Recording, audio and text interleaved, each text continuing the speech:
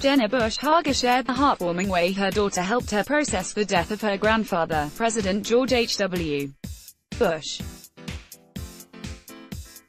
In an interview on the Today show that aired Wednesday, Hager said that after her grandfather passed on Friday, she made a comment to her husband that her 5-year-old daughter overheard. "When he passed away, I said to Henry, I didn't think she could hear me, like, I just can't believe this is happening right before Christmas," Hager recalled. And Mila said, "Well, of course it's happening right before Christmas. Gampy had to get to Ganny so they could decorate their Christmas tree." Bush teared up as she recalled what her daughter Mila, age 5, said after her grandfather died. Mila is seen in the Instagram post below with her great-grandfather.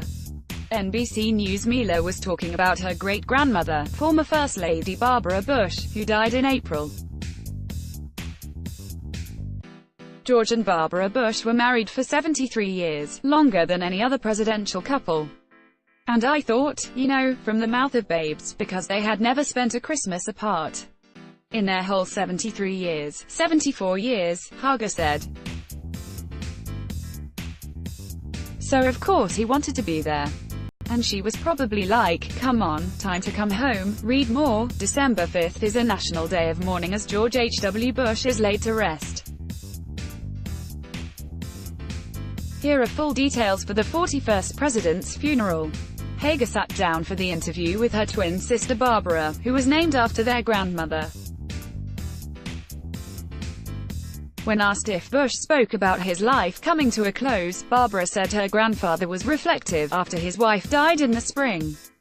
"I asked him if his heart was broken and he said, yes, and he looked at me and said, do you think it will feel worse than this, and it just really got me," Barbara said. "I mean, of course his heart was broken.